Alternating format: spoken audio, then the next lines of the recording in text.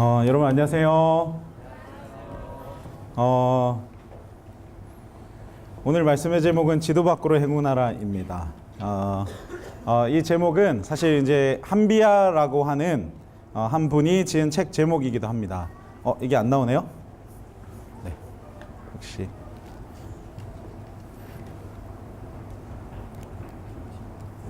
네, 한비아 씨 혹시 잘 아시나요? 네.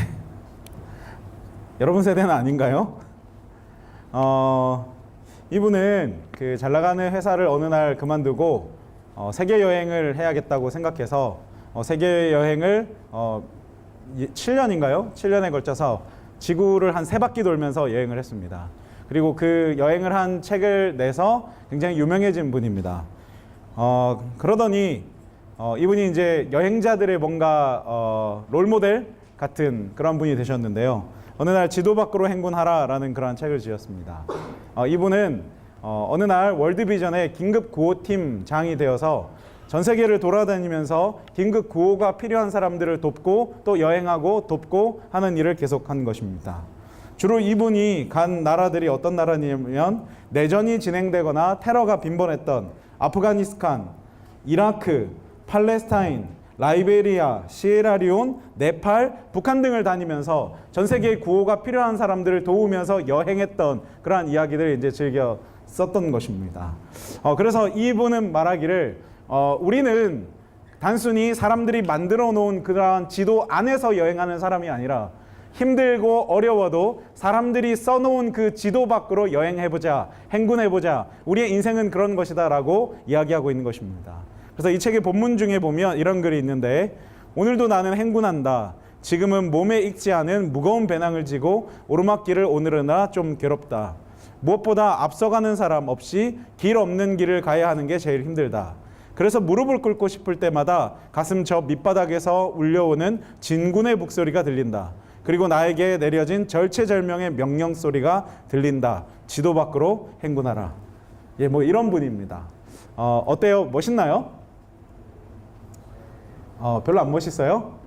이렇게 살고 싶진 않나요? 저는 이 정도로 살고 싶진 않지만 제 안에도 지도 밖으로 행군하고 싶은 그런 욕구가 있습니다. 특별히 어떤 그러한 여행이라는 것이 아니라 지도 밖으로 사람들이 지금까지 영적인 것은 여기까지야 라고 말했던 그것 밖의 여정을 걷고 싶은 그런 욕구가 있습니다. 그러나 때때로 우리들의 인생길 속에서 우리가 지도 밖으로 행군하지 못하게 만드는 그런 요소들이 많이 있습니다. 그것들이 어쩌면 요단강이라고 대표될 수 있을 것 같습니다. 우리 같이 성경절 다시 읽고 이야기 나누겠습니다. 시작. 백성이 요단을 건너려고 자기들의 장막을 떠날 때 제사장들은 언약궤를 메고 백성 앞에서 나아가니라. 요단이 곡식 거두는 시기에는 항상 언덕에 넘치더라. 궤를 맨 자들이 요단에 이르며 궤를 맨 제사장들이 발이 물가에 잠기자 곧 위에서부터 흘러내리던 물이 그쳐서 사르단에 가까운 매우 멀리 있는 아담성을 변두리에 일어나 한 곳에 쌓이고 아라바의 바다 여매로 향하여 흘러가는 물은 온전히 끊어짐에 백성이 여리고 앞으로 바로 건널세.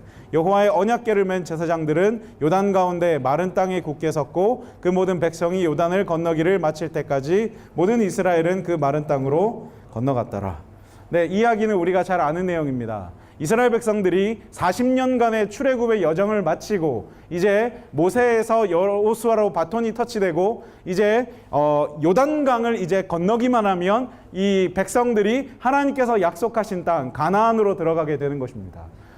이스라엘 지도는 이렇게 가운데 요단강을 두고 이 좌우가 갈라져 있습니다. 그래서 이쪽에서 이쪽으로 가려면 반드시 요단강을 건너야만 합니다. 지금 이스라엘 백성들이 머물고 있는 곳은 시딤이라고 하는 곳이었는데 요단강 저쪽이었어요. 그래서 이쪽에서 요단강을 건너야만 이 사람들이 가나안으로 들어갈 수 있는 것입니다. 여러분, 그렇다면 이제 이 이스라엘 백성들이 요단강을 건너기 위해서 반드시 해야 할 일이 있는데 그것이 무엇일까요? 요단강을 건너기 위해서는 무엇을 해야 할까요? 같이 읽겠습니다. 시작. 백성이 요단을 건너려고 자기의 장막을 떠날 때, 요단강 건너려면 뭐부터 해야 됩니까? 뭐부터 해야 돼요? 장막부터 떠나야 합니다. 되게 이제 재미있는 구절이죠. 매우 당연한 이야기 아닙니까? 그렇죠? 이스라엘 백성들은 그 광야에서 장막을 치고 살았습니다. 그래서 구름 기둥과 불 기둥이 멈추면 곧바로 텐트를 쳤습니다. 텐트를 막 치면서 쾅쾅쾅쾅쾅 못을 박고 줄을 고정해가지고 그 텐트가 아주 견고하게 설 수 있도록 이스라엘 백성들은 노력을 했습니다. 자, 그런데 그 사람들이 이제 요단강을 건너기 위해서 여행을 떠나려면 제일 먼저 해야 되는 것은 무엇이냐면 그들이 그토록 견고하게 박았던 그 못을 빼고 줄을 풀러서 그 장막을 해체하는 일을 이스라엘 백성들이 가장 먼저 해야 했던 것입니다. 자, 여기서 장막을 떠날 때가 영어로 이제 제가 좀 보니까 break the camp라고 돼 있더라고요. 재밌지 않나요? 저희같이 영어 잘 못하는 사람들은 보통 영어 단어를 뜻을 알아도 보통 한 뜻만 알지 않습니까? 그렇지 않습니까? 그래서 우리에게 break, B-R-E-A-K, break라고 하면 무슨 뜻으로 해석이 됩니까? 깨트리다 이런 뜻 아닙니까? 그렇죠?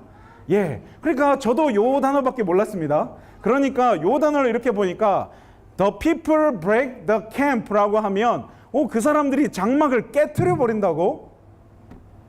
신기하지 않습니까? 저만 신기합니까? 그래서 저는 처음에 이것을 영어로 읽으면서 너무 신기한 거예요. 아니, 그 사람들이 여정을 떠나는 것도 좋고 그들이 요단강을 건너는 것도 좋은데 왜 하필이면 지금까지 그들이 머물렀던 장막을 깨트려야 될까 이 생각을 했는데 알고 보니까 사전에는 장막을 해체하다 이런 뜻도 있습니다. 모르셨죠? 예, 그런 뜻도 있더라고요.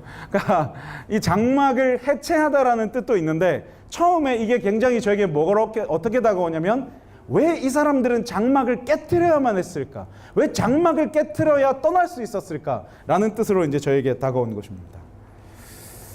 여러분 혹시 캠핑 해보셨어요? 캠핑 해보셨나요? 주로 이제 여러분들이 혹시 천막을 직접 친 경험은 있으신가요? 진짜요? 대단하시네요. 저기 아버지가 패스파인더 하시는 분이죠? 어릴 때부터 많이 했을 겁니다. 저는 참고로 이렇게 텐트 치고 받고 이런 거 굉장히 싫어합니다. 그래서 저는 가능하면 안 가고 제일 이해를 못하는 게 가서 오늘 받고 내일을 철수하는 그런 일들을 저는 잘 이해를 못합니다. 저희 집사람과 제가 이제 하루는 둘이서 캠핑을 한번 떠났어요. 광원이랑 이제 친구한테 장비를 다 빌려가지고 광원이랑 이제 있는데 텐트를 치는데 이 텐트를 어떻게 치는지 모르잖아요. 여기 와가지고 이렇게 막 쾅쾅 두드리고 있으면 저기가 무너져 있고 여기를 보수하고 있으면 여기가 무너지고 막 하다가 집사람과 한 2시간인가 치다가 둘이서 싸웠어요. 제가 집사람한테 화가 나서 말했어요. 라면이나 끓여. 배고파 죽겠어. 그러니까 이거나 빨리 쳐. 이거 왜 이렇게 못 쳐? 막 이렇게 얘기하는 거예요. 이게 진짜 텐트가 치기 어렵습니다. 쾅쾅쾅 두드리면 이게 뭐 어떻게 해야 되는지. 그래서 이걸 어떻게 견고하게 쳐가지고 해놓으면 이제 어둑어둑한 이제 저녁이 되는 것입니다. 허기와 배고픔 속에서 이걸 겨우겨우 이제 라면 먹고 이제 집사람과 이렇게 하고 다음날 아침이 되면 이걸 뭐 해야 되냐면 다 철수해야 되는 것입니다. 그래서 저는 지금도 캠핑 가자고 하면 잘 안 갑니다. 안 사요. 그래서 저희 집에는 딱 캠핑 장비가 뭐가 있냐면 캠핑 의자만 있습니다. 화롯대랑. 그래서 누가 캠핑 간다 그러면 의자만 가지고 가가지고 놀다가 집에 가서 자고 이런 생활을 합니다. 사실 이 떠난다는 것은 굉장히 어려운 것 같습니다. 왜냐하면 그동안 내 삶 속에서 견고하게 쳐놨고 내가 이것들을 유지하기 위해서 내가 진짜 얼마나 많이 애를 썼는데 떠나려고 하면 그 모든 것들을 뽑고 해체해야 되는 것입니다. 이것이 떠난다는 것의 의미인 것입니다. 여러분, 고정되고 견고한 것은 안정감을 줍니다. 그런데 고정된 것을 뽑는 것은 그 안정감을 해칩니다. 그래서 떠난다는 것은 불안하고 막막하다라는 뜻이고요. 그러나 떠나기 위해서는 반드시 기존에 내가 가지고 있던 모든 것들을 뽑고 떠나야 하는 것입니다. 그래서 여행한다는 것, 여정을 떠나는 것, 새 출발을 한다는 것은 기대감과 설레임 그리고 막연함과 불안함이 뒤섞이는 것입니다. 지금 이스라엘은 가나안 땅에 들어가기 위해서 요단강을 건너기 위해서 그들이 지금까지 살아왔던 캠프에서의 삶을 다 뽑아버리고 그들의 삶의 모든 것들을 다 뽑고 해체하고 부셔서 이제 떠나야만 하는 것입니다. 이것이 이스라엘이 지금 요단강을 건너기 위해서 반드시 해야 되는 일인 것입니다. 성경에서도 하나님께서 사람들에게 무언가 새로운 변화를 주시고 그 사람을 한 단계 더 도약시키기 위해서는 반드시 떠나라고 말씀하십니다. 자, 같이 읽어볼까요? 시작. 이러므로 남자가 부모를 떠나 그의 아내와 합하여 둘이 한 몸을 이룰지어다. 자, 한 남자가 결혼해서 한 여자를 맞이하기 위해서는 반드시 누구를 떠나야 됩니까? 부모를 떠나야 됩니다. 남자가 아직까지 부모 밑에서 엄마 용돈 줘, 엄마 밥 줘, 이렇게 하면 부인을 맞이할 수 있습니까? 없습니까? 없습니다. 솔직히 벌써 표정이 이상해졌죠, 그렇죠? 네, 맞습니다. 한 남자가 부인과 함께 새로운 가정을 출발하기 위해서는 이제는 엄마 밥을 먹지 않겠어. 이제는 엄마가 개어주신 옷을 입지 않겠어. 이제는 엄마가 사주는 옷을 입지 않고 내가 한 여자와 함께 새롭게 살아가야겠다는 결심인 것입니다. 그런데요, 결혼하면 우리가 다 좋을 것 같죠? 엄청 안 좋습니다. 왜냐하면 결혼해서 이 여인이 해주는 이 밥이 그동안 내가 익숙하게 먹었던 엄마의 밥과는 전혀 다른 것입니다. 우리 집사람이 와, 이거 진짜 맛있는 거야 이렇게 해가지고 김치를 가지고 오지 않습니까? 그러면 그 김치가 내게는 입맛에 맞지 않는 것입니다. 근데 사실 저도 막 정말 맞지는 않았지만 최소한 우리 엄마가 해준 것보다는 진짜 맛있었기 때문에 저도 진짜 잘 적응할 수 있었습니다. 근데 만약에 저희 어머니가 집사람이 해주신 음식보다 훨씬 더 요리를 잘한다고 하면 저는 이제 괴로운 것입니다. 그러면 집안에 분란이 생깁니다. 아, 나 당신이 해준 김치찌개도 참 좋지만 엄마가 해준 김치찌개 먹고 싶어. 그러면 이제 집사람이 어떻게 되는 것입니까? 이제 바가지를 팍팍팍팍 이제 끓게 되는 것입니다. 그래서요, 결혼을 한다는 것은 반드시 내 부모와 함께 했던 그 생활과 그 음식과 옷 깨는 것들 모든 생활 습관에서 이제 떠나서 내가 새로운 여자와 함께 살아간다는 것을 말하는 것입니다. 반드시 떠나야 하는 것입니다. 자, 또 한번 읽겠습니다. 시작. 여호와께서 아브라함에게 이르시되 너는 너의 고향과 친척과 아버지의 집을 떠나 내가 내게 보여줄 땅으로 가라. 내가 너로 큰 민족을 이루고 내게 복을 주어 내 이름을 창대하게 하리니 너는 복이 될지라. 이거 누구에게 하시는 말씀이에요? 아브라함입니다. 아브라함에게 하나님께서 축복을 주시기 위해서 하셨던 명령을 뭐예요? 내 고향과 친척과 아버지의 집을 뭐 하라고요? 떠나라고요. 왜 떠나야 되죠? 왜 떠나야 됩니까? 왜 굳이 떠나야 될까요? 네, 떠나야 합니다. 왜냐하면 하나님께서는 아브라함을 복의 근원을 만들어 주셨어요. 아브라함의 후손으로부터 예수 그리스도가 나올 것입니다. 그러므로 예수 그리스도를 후손으로 맞이할 사람은 그가 고향으로 받았던 그 고정관념과 고향의 생활 패턴과 고향의 문화와 고향의 세계관들을 다 떠나서 이제 하나님께서 새롭게 만들어 주시는 세계관과 생활 양식과 그 삶을 살아야 하는 것이기 때문에 그의 아버지의 영향권, 그의 고향의 영향권에서 떠나야 하는 것입니다. 자, 야곱입니다. 야곱도 읽어볼게요. 시작. 야곱이 브엘세바에서 떠나 하란으로 향하여 가더니 한 곳에 이르러서는 해가 진지라. 거기서 유숙하려고 그곳에 한 돌을 가져다가 베개로 삼고 거기 누워 자더니 꿈에 본즉 사닥다리가 땅 위에 서 있는데 그 꼭대기가 하늘에 닿았고 또 본즉 하나님의 사자들이 그 위에서 오르락 내리락 하고 또 본즉 여호와께서 그 위에 서서 이르시되 나는 너의 여호와니 너의 조부 아브라함의 하나님이요 이삭의 하나님이라. 내가 누워 있는 땅을 내가 너와 내 자손에게 주리니. 지금 야곱도 뭐 하고 있는 거예요? 떠났어요. 왜 야곱은 떠나야 됐죠? 그는 역시 예수님의 조상이에요.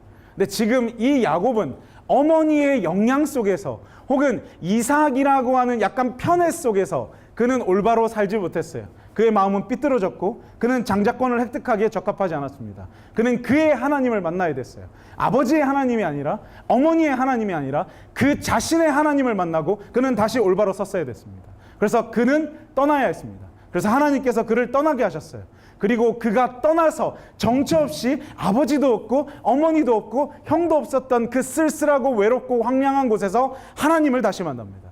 그 하나님께서 떠난 야곱에게 말씀하시기를 내가 너와 함께 있겠다고 약속하시는 것입니다. 그래서 사랑하는 여러분, 혹시 여러분들 중에서 나는 왜 나의 하나님을 만나지 못했지? 나는 왜 나의 하나님이 없을까 고백하시는 분들은 방법은 하나입니다. 여기서 여러분들이 나의 하나님을 찾지 못한다면 떠나셔야 되는 것입니다. 내게 익숙한 곳, 내가 너무나 편한 곳, 내가 고정되어 있는 곳을 떠나서 무언가 황량하고 아무도 없고 나에게 아무도 영향력을 미칠 수 없고 오직 하나님만 영향력을 끼칠 수 있는 곳으로 떠나셔야 여러분만의 하나님을 만날 수 있는 것입니다. 내가 누군가로부터 끊임없이 영향받고 있고 내가 누군가를 의지하면서 나의 하나님을 만나고 싶어? 아니, 그건 거짓말인 것입니다. 모세입니다. 같이 읽겠습니다. 시작. 이스라엘 자손이 라암셋을 떠나서 숫곳에 이르니 유아 외에 보행하는 장정이 60만 가량이요 이스라엘 자손이 애굽에 거주한 지 430년이라 430년이 끝나는 그날에 여호와의 군대가 다 애굽 땅에서 나왔은즉. 이스라엘 백성들이 애굽 땅에서 떠나는 장면입니다.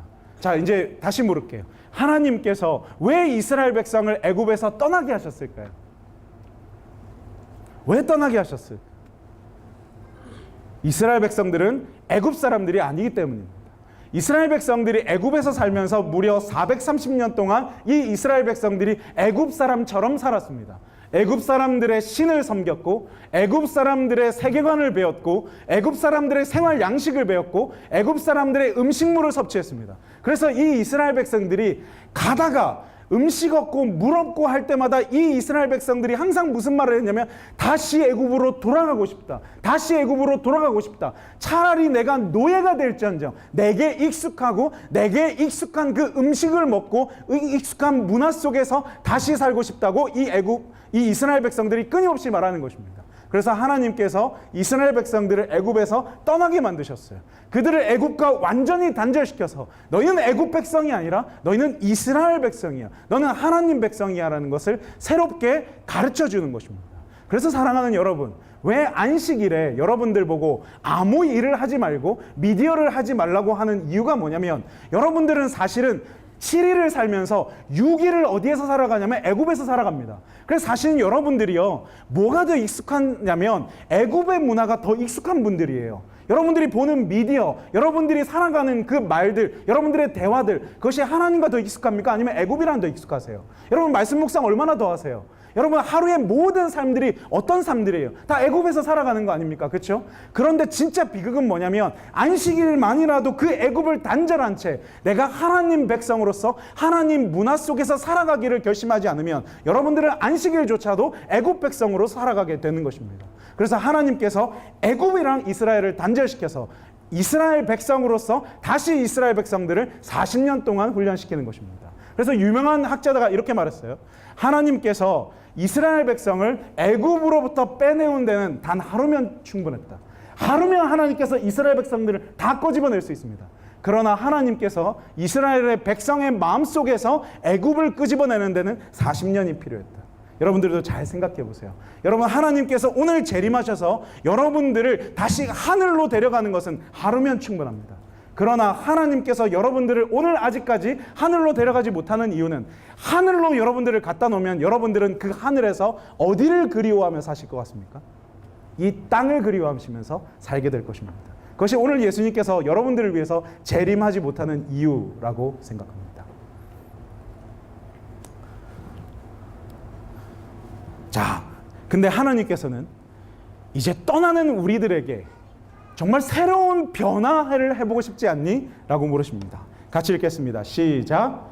여호수아가 또 백성에게 이르되 너희는 자신을 선결하게 하라. 여호와께서 내일 너희 가운데에 기이한 일들을 행하시리라. 예, 사랑하는 여러분, 여기 혹시 나 진짜 하나님과 함께 새로운 여행을 떠나고 싶어 라고 생각하시는 분 계세요?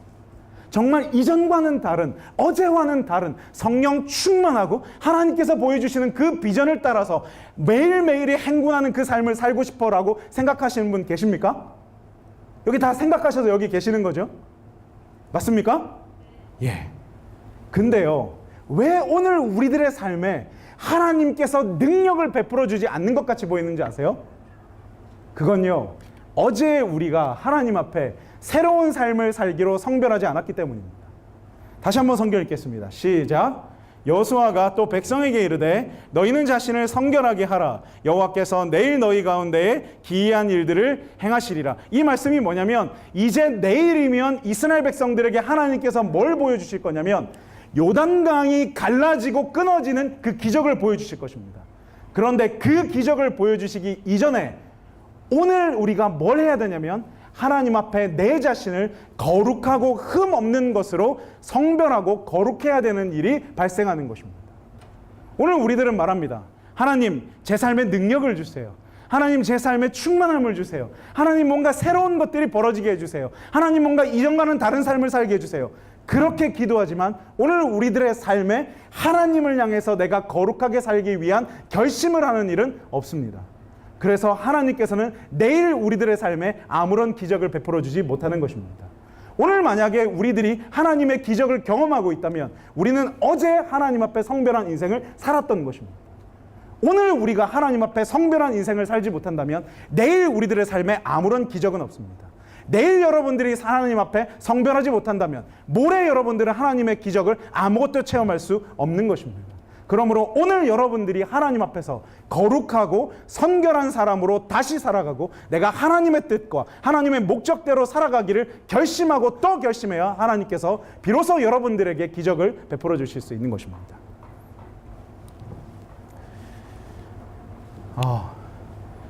강하게 말해서 죄송합니다.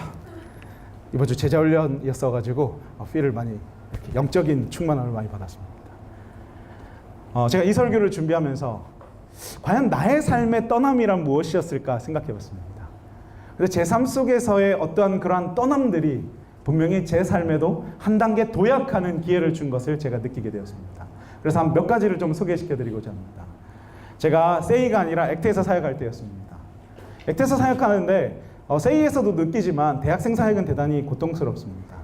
왜냐하면 기본적으로 대학생들은 고등학교를 졸업하면서 이제 세상에 대한 궁금증과 교회에 대한 그런 지겨움 속에서 내가 어떻게 해야 될지를 늘 비교하고 고민하는 그런 시기입니다.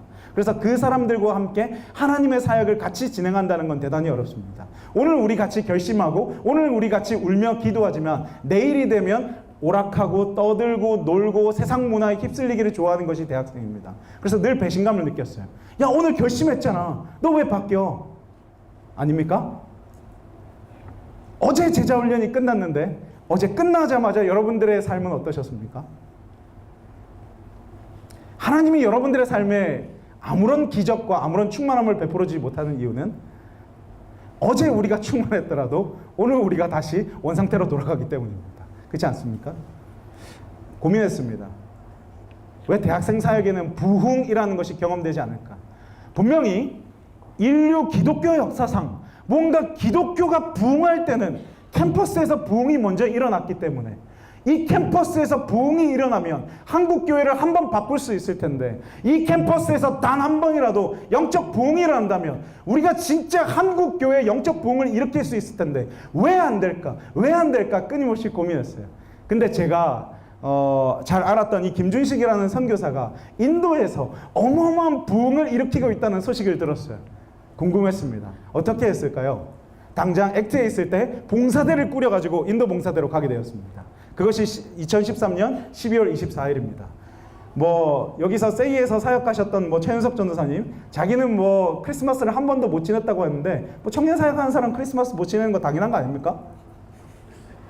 그거 대단한 거 아니잖아요. 그렇죠? 누구나 다 그렇게 합니다. 네, 다 그렇게 합니다. 할 거 다 하고 놀 거 다 놀고 언제 부흥합니까? 그렇지 않습니까? 예, 24일 날 비행기를 탔습니다. 그리고 나서 거기서 부흥이라는 것이 일어날 수 있다는 것을 경험했습니다. 다시 안 나오네요? 이때 광원이가 42도인가 그랬어요. 열이. 그래서 병원에 입원시켜야 되는 애를 제가 비행기를 탔고 부흥을 해보고 싶어서 그냥 비행기를 태웠습니다. 근데 여러분 걱정 마세요. 40도가 넘는다고 애가 죽지 않습니다. 그래서 그냥 애 잘 지냈어요. 좀 이렇게 병원 가서 이렇게 좀 탈진돼가지고 수액 맞고 좀 이렇게 힘들어서 애가 살이 한 4, 5kg 빠진 거 외에는 아무렇지도 않았어요. 저희 잘 지내고 있지 않습니까? 별거 아니에요. 자, 거기서 정말 하나님께서 진짜 간절히 부흥을 열망하기를 바라는 사람 앞에서는 부흥을 허락하신다는 것을 알게 되었습니다. 이 이야기는 제가 설교 말미에 다시 해드리도록 하겠습니다. 부흥이라는 것이 뭔지 알았어요. 저는 지금까지 그 인도를 경험하고 나서 한국에서 내가 부흥하지 못하는 건 한국의 특수한 상황이야 라고 생각했어요. 한국은 너무 부흥하기 어렵기 때문에 한국에서 부흥하는 건 진짜 어려울 거라고 생각했는데, 김준식 선교사가 거기서 하는 걸 보니까 한국이 부흥이 일어나지 않는 것이 아니라 한국에 살고 있는 내가 부흥에 적합하지 않기 때문에 내 교회에 부흥이 일어나지 않는다는 걸 알았어요. 왜 오늘날 우리들의 삶에 부흥이 일어나지 않냐면, 이 교회의 구성원인 여러분들이 부흥을 기대하지 않고, 이 교회의 구성원인 여러분들이 성령을 부르짖지 않고, 오늘 이 교회의 구성원인 여러분들이 저 영혼들을 향해서 기도하지 않기 때문에 부흥하지 않는다는 걸 저기를 통해서 알게 됐어요. 그리고 나서 제 목회에 대한 더욱더 깊은 갈증과 갈망이 일어나고 나서 제가 합회에 찾아가서 죄송한데 저 1년을 휴직하고 인도에 선교사 좀 다녀오겠습니다. 그렇게 말씀을 드렸어요. 그래서 합회에서 난리가 났어요. 안 된다고 막 해가지고 합회에서 회의하시고 해가지고 다시 한번 생각하고 가라, 다시 한번 생각하라 해가지고 제가 발령나기 3일 전인가 뭘 떠났냐면, 일주일 전에 뭘 떠났냐면 국토종주를 떠났습니다. 거기도 이제 대학생 친구들과 함께 국토종주를 떠났어요. 그게 이제 1월 24일이었는데요. 그때 광원이가 5살이었어요. 광원이랑 이제 사람들을 끌고 이제 눈 덮인 그 전주에서부터 광주까지 이제 국토종주를 이렇게 떠나는데, 하나님께 끊임없이 기도했어요. 하나님, 제가 어떻게 해야 되죠? 하나님, 제가 어떻게 하는 게 맞겠습니까? 저는 떠나고 싶습니다. 저는 한 단계 도약하고 싶어요. 전 진짜 부흥을 맛보고 싶습니다. 부흥 없는 목회를 평생 동안 하고 싶지 않습니다. 한 번이라도 부흥을 맛보고 교회에서 부흥을 경험하고 싶습니다. 기도하고, 광원이가 이렇게 OTL 모드 늘 이렇게 했어요. 좀 걷다 보면 OTL이었는데 이 다리가 있어요. 지금도 제가 이 다리가 어떤 다리인지 모르겠는데 이름 모를 다리가 있는데, 이 다리를 이렇게 이제 터덕터덕 건너는데 다리 한 복판에서 이렇게 뒤를 돌아봤더니 나는 이미 다리를 건너온 거예요. 그래서 그 순간 하나님께 결심하며 기도했습니다. 하나님, 저는 건넜습니다. 하나님, 저는 다리를 건넜습니다. 저는 이제 다시 돌아오지 않고 이 다리를 끊겠습니다 하고 그날 합회에 전화해서 저 인도로 가겠습니다 라고 결심했어요. 인도로 떠났습니다.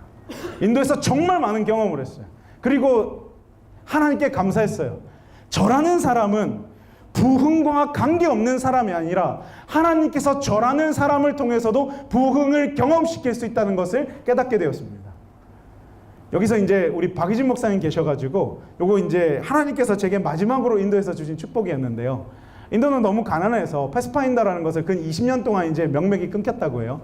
근데 너무 패스파인더를 하고 싶어가지고 한국에다가 이렇게 요청을 하게 됐어요. 그래서 한삼중학교에 요청을 하게 되고 합회에다가 요청을 하게 돼가지고 한삼중학교에서 봉사대 팀이 오고 합회에서 패스파인더 팀이 오고 목회자들이 오고 막 이렇게 하는 일들이 발생했어요. 그때 우리가 돈이 한 푼도 없었거든요. 이 사람들에게 보세요, 이게 다 지급해 줬잖아요.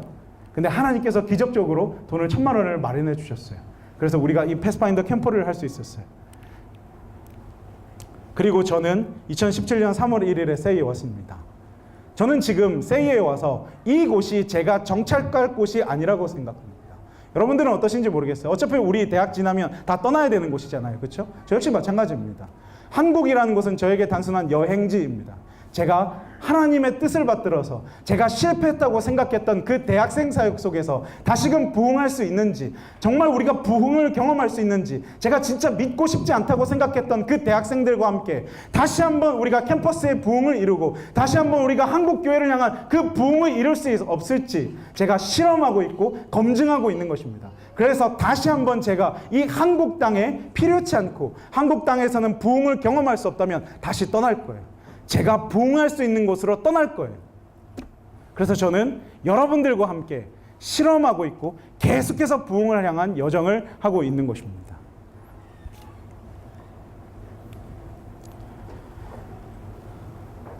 사랑하는 여러분, 여러분들의 삶의 동기는 무엇입니까? 여러분들의 삶의 목표는 무엇일까요? 여러분들은 여기서 정착하며 살아가기를 원하시나요? 여러분들은 무언가 속에서 내가 안정되고 견고한 삶을 살기를 원하시고 계십니까? 그렇다면 여러분들의 삶에 아무런 떠남이 없습니다. 하나님께서 하시는 기적이 없습니다. 하나님께서 여러분들을 움직일 수가 없습니다. 하나님과 여러분께서 여러분들과 함께 동행할 수 없는 것입니다. 그러므로 여러분들이 떠나고 그동안 내게 익숙한 것들을 뽑아서 내가 다시금 나아가기로 결심하실 때 여러분들은 부흥을 경험하실 수 있고 하나님께서 여러분들의 하나님이 되시는 것을 경험하실 수 있는 것입니다. 그 사람은 어떤 사람이냐면 주님이 말씀하시면 가고 주님이 말씀하시면 서는 사람입니다. 그 사람은 주님께서 말씀 안 하시면 안 가고 주님께서 말씀 안 하시면 안 서는 사람입니다. 그것이 우리의 인생이 되어야 하는 것입니다. 사랑하는 여러분, 저는 여러분과 제가 그러한 삶을 한번 살아보았으면 좋겠습니다. 같이 또 성경 말씀 읽겠습니다.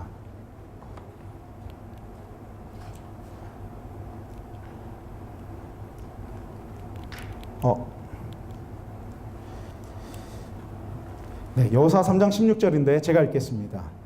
요단이 곡식 거두는 시기에는 항상 언덕에 넘치리라. 궤를 맨 자들이 요단에 이르며 궤를 맨 제사장들의 밭이 물가에 잠기자. 이스라엘이 가나안으로 들어가기 위해서는 물을 건너야 했습니다. 이스라엘의 지도를 보면 시딤에서 그 반대편으로 가려면 물을 건너야 됩니다. 평상시에는 이 물을 건너는 게 아무것도 아닙니다. 도랑에 가깝습니다. 제가 이스라엘에 가보니까 요단강에서 그 침례터, 예수님의 침례터가 보고 엄청 실망했습니다. 무슨 또랑이 흐르고 있었습니다. 그래서 사실은 처음에 이 성경절을 보고 이 또랑 건너는 게 뭐가 힘드나 했더니 알고 보니까 홍수철이 되면 이 또랑이 어마어마하게 범람해서 사람이 건널 수 없는 강이 된다고 했습니다. 그리고 물이 많으면 급류가 흘러서 사람이 도무지 그 강을 건널 수가 없는 것입니다. 떠내려가는 것입니다. 그러면 여러분 생각해 보십시오.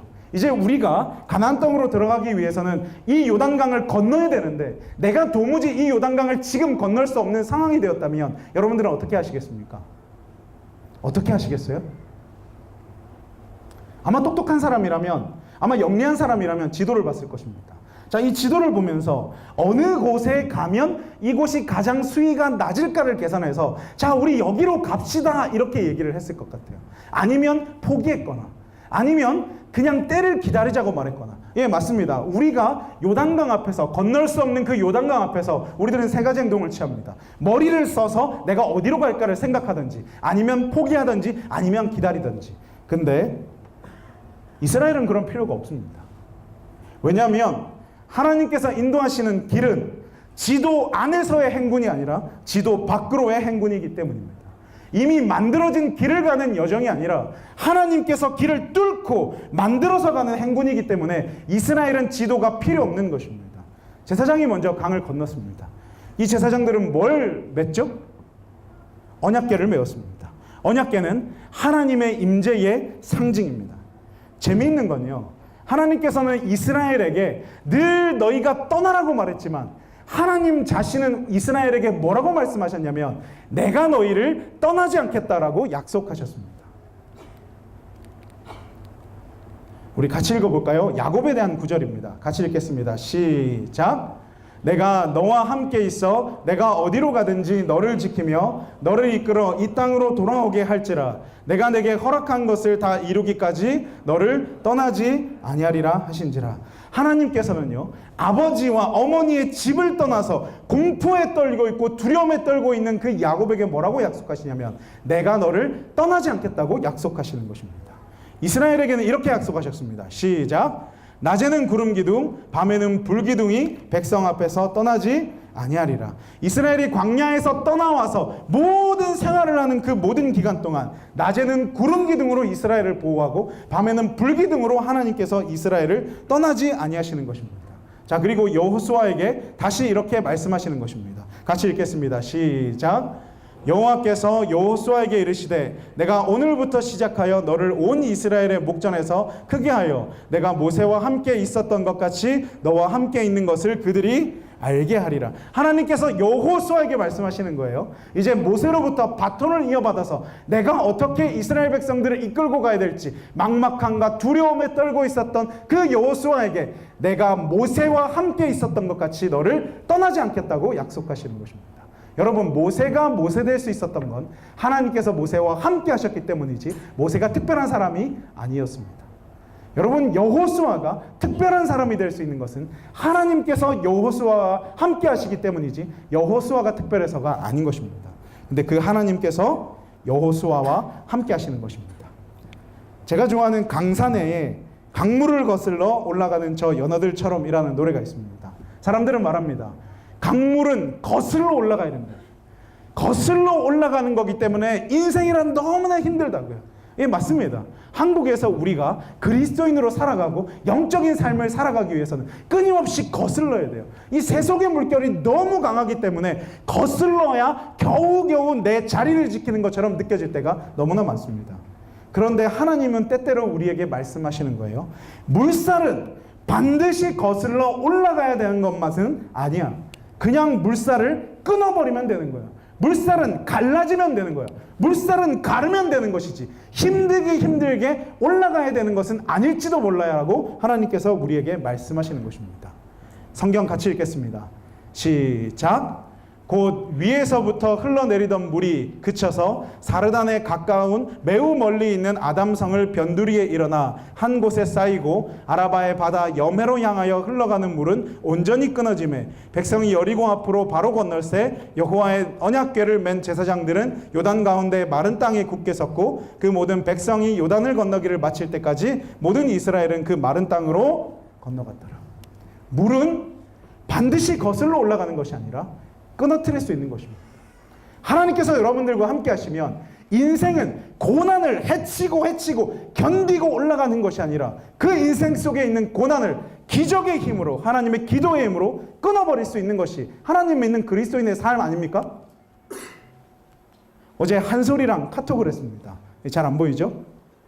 한솔이랑 카톡을 하다가 제가 쉐키 바리 이런 이제 카톡을 보냈습니다. 나 스웩 있는 목사님이야 이렇게 하면서. 근데 한솔이가 이랬습니다. 목사님 이거 대만에서 춤춰주세요. 그래서 안 돼. 내 몸이 무거워서 땅이 꺼질 것 같을 거야. 그래서 마음만 스웩 있게 이렇게 좀 보냈어요. 한솔이가 안 돼요. 목사님 저 춤춰야 인싸예요. 제자 훈련해야 인싸인 것처럼. 그래서 제가 이렇게 말했습니다. 예수님이 있으면 인싸 중에 핵인싸. 예수님이 내 마음에 계시면 내 마음이 세상의 중심. 맞습니까? 맞습니까? 아닙니까? 어디서 인싸를 찾습니까? 제자 훈련한다고 인싸가 아니고요. 이런 춤을 춘다고 인싸가 아니고요. 세상의 왕이신 예수 그리스도께서 내 안에 계시면 내가 세상의 중심입니다. 맞습니까? 세상이 내 중심으로 돌아가는 거 보셨어요? 아니 세상이 예수님 중심으로 돌아가는 거 혹시 경험해 보셨어요? 경험해 보세요. 그럼 엄청난 일이 벌어집니다. 하나님이 계신 곳이 세상의 중심입니다. 내 생각, 내 감정, 내 마음이 있는 곳이 세상의 중심이 아니라요. 하나님이 임재하시는 곳이 세상의 중심입니다. 하나님이 내 마음에 임재하시면 내가 세상의 중심이 되고 하나님이 이 공동체에 임재하시면 이 공동체가 하나님 세상의 중심이 됩니다. 그리고 우리 앞을 막아선 어떠한 요단강도 어떠한 홍해도 아무것도 두려울 것이 없습니다. 왜냐하면 세상의 중심이신 하나님께서 우리 앞으로 홍해를 건너실 때 홍해가 갈라지는 경험을 할 수 있는 것입니다. 문제는 오늘날 우리의 문제는 진짜 오늘날 우리의 문제는 말씀이 내 삶을 앞을 향해 나아가고 있는가? 내가 말씀을 따라가고 있는가? 하나님을 따라가고 있는가? 아니면 그냥 내 생각, 내 마음, 내 감정이 나를 지배하고 그것들이 나를 이끌어가고 있는가의 문제이지 않겠습니까? 오늘 여러분들은 어떠십니까? 여러분들의 생각이 여러분들을 지배하고 여러분들의 생각이 여러분들을 끌고 가고 계십니까? 여러분들의 비전이, 여러분들의 마음이, 여러분들이 세상 속에서 무엇인가 되고 싶은 그 마음이 여러분들을 끌고 가고 계십니까? 아니면 하나님의 말씀이 여러분들을 끌고 가고 계십니까? 이제 한 영상을 좀 보면 좋겠어요. 제가 인도 선교 봉사를 갔을 때 11명이 갔습니다. 11명이 갔는데 거기서 우리가 3,000명짜리 전도회를 계획했어요. 그때 거기 인도에 있었던 모든 사람들이 다 비웃었습니다. 인도에서 단 한 번도 3,000명이 모여가지고 집회를 한 적이 없다고. 그래서 모든 사람이 비웃을 때 우리는 꿈 꿨고 기도했습니다. 그리고 하나님께 물었습니다. 하나님 해주세요. 하나님 해주실 거죠? 그래가지고 믿음으로 3,000명이 들어갈 수 있는 천막을 거기다가 지었습니다. 우리 삼육대학교 공터만한 어마어마한 큰 공터에다가 3,000명이 들어갈 수 있는 천막을 쳤습니다. 사람들이 비웃었습니다. 안 될 거라고 얘기했습니다. 영상 한번 볼까요?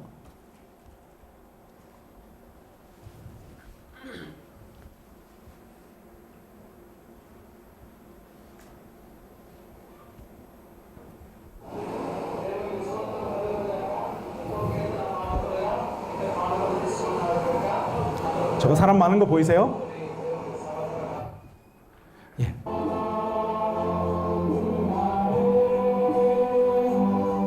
저 마지막 날이에요. 저 끝까지 사람들이 어디서 어디까지 있는지도 모른 채 있는 거 보이세요? 그때 우리가 특창을 했는데 물이 바다 덮음 같이라고 하는 특창을 했어요. 예, 죄송해요. 좀 짧게 보여드렸어요. 이거 오늘 아침에 제가 PPT 하는데 PPT가 다 날아가가지고 급하게 영상만 보여드려요. 사람들이요 트럭을 타고 왔어요. 사람들이 트럭을 타고 왔는데 트럭에서 몇십 명이 막 이렇게 모이는 거예요. 순서가 거꾸로 됐어요. 거꾸로 가야 됐어요. 지금 보이시는 이 천막이 3,000명이 들어가는 천막입니다. 제발 오늘 이곳이 다 매워져야 될 텐데 기도합니다. 하나님, 제발 이곳에 3,000명이 들어와도 주님 축복을 주시옵소서. 엄청 간절하지 않아요?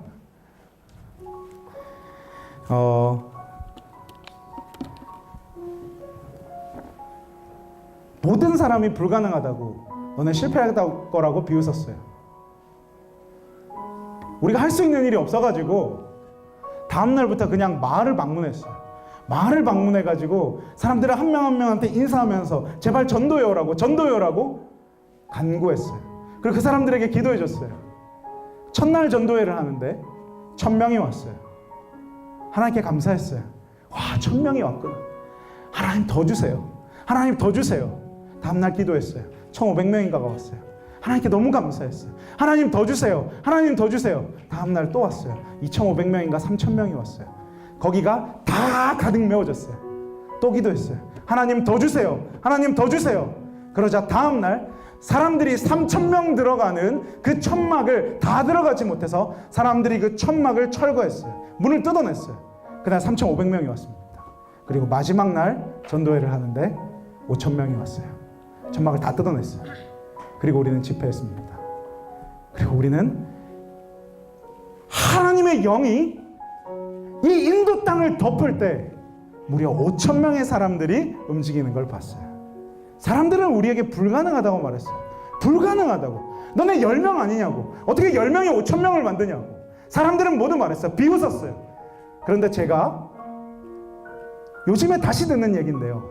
그 5,000명의 집회가 아직까지 인도에서 전무후무한 집회였고 사람들이 저만 볼 때마다 너네 혹시 한국 사람들 아냐고. 한국 사람들 아냐고. 한국 사람들이 2013년도인가 우리 인도에 왔는데 5,000명 집회를 만들고 갔다고. 그 사람들 진짜 대단했다고. 그러면 제가 그 인도 땅에서 그건 우리 팀이라고. 그건 나였다고. 그렇게 맨날 이야기를 했어요. 그래서 저는 하나님께서 하실 수 있음을 믿어요. 오늘날 이 한국 교회에, 오늘날 우리 세이 교회에 고작 300명을 못 넘고 500명을 못 넘는 건요, 하나님이 능력이 없어서가 아니라 우리가 아무도 그것을 위해서 기도하지 않기 때문이에요. 우리가 저 대강당에 모든 신자들이 채워달라고 그렇게 기도하지 않기 때문에 우리가 지금 이곳에서 예배를 드리고 있는 것입니다. 오늘 우리들은 익숙해요. 사람이 이만큼, 사람이 60명, 사람이 100명, 사람이 200명인 예배에 너무 익숙해요. 그래서 우리는 이 익숙함이란 뿌리를 뽑지 못해요. 그냥 그 인간관계와 그냥 그곳 속에서 머무르면서 그냥 나 이만큼만 교회에서 있을게요. 그렇게 우리가 기도하고 그렇게 우리가 교회를 다니기 때문에 하나님께서 이 교회와 어떠한 역사도 이룰 수 없는 것입니다. 봉사대를 가는데 백준 목사님이랑 우리 봉사대 팀이 조율을 했어요. 전단지를 1,000장을 하기로 했대요. 근데 우리 봉사대 팀이 몇 명이냐면 14명인가 그래요. 생각했어요. 그러면 우리가 가가지고 전단지를 나눠주는데 1인당 100장도 못 나눠주잖아요. 그렇지 않아요? 그렇죠? 근데 여러분 한번 생각해 보실래요? 도대체 전단지를 몇 장을 나눠주면 한 명이 올까요? 50장 나눠주면 한 명 올 수 있을까요? 난 못 올 것 같아. 그렇지 않아요? 최소한 100장은 나눠줘야, 그 100장을 나눠줘야 단 한 명이 올까 말까 할 것 같다는 생각이 들었어요. 그러면 한 명이 100장도 전단지를 안 나눠주면 아무도 안 올 것 같다는 생각이 들었어요. 그렇지 않아요? 여러분, 우리는 선교지가 어떤 건지 잘 몰라요.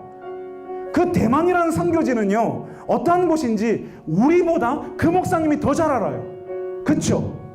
근데 그거 아세요? 그래서 우리는 뭔가 무모한 것을 도전할 수 있어요.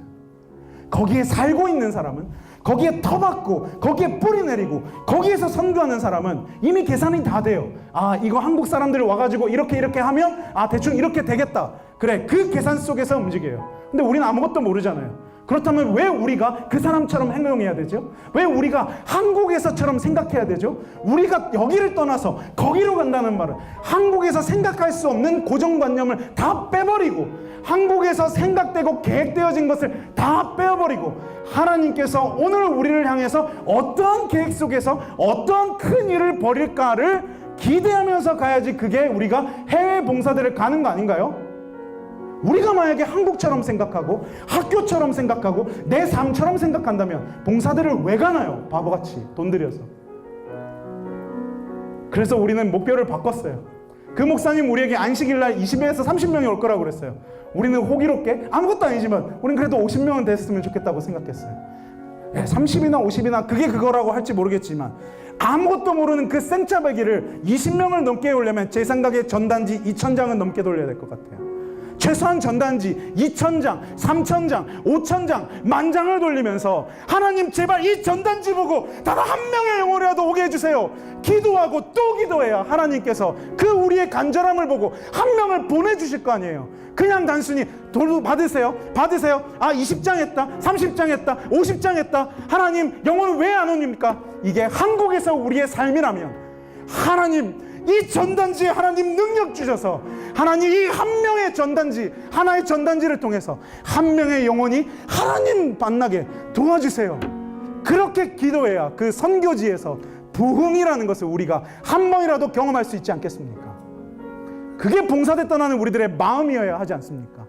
사랑하는 여러분, 우리 내년에 세이 또 뭔가 바꾸려고 해요. 여러분 아마 내년에 세이가 오시면 뭔가 충격받고 뭔가 아픔받는 사람들도 있을 것 같아요. 왜 바꾸냐면 이렇게 안 되니까, 이렇게 해서는 부흥이 안 되니까 다시 우리가 익숙한 방법을 뽑고 다시 여행을 떠나고 다시 시도하고 다시 해보고 부흥이 될 때까지 해보고 하나님께서 우리들의 삶에 성령을 부어주실 때까지 해보고 또 시도하는 것이 그리스도인이기 때문에 우리 세이는 또다시 여정을 떠나려고 하는 것입니다. 저는 이 마음 가지고 2018년을 정리하고 다가올 2019년을 준비합니다.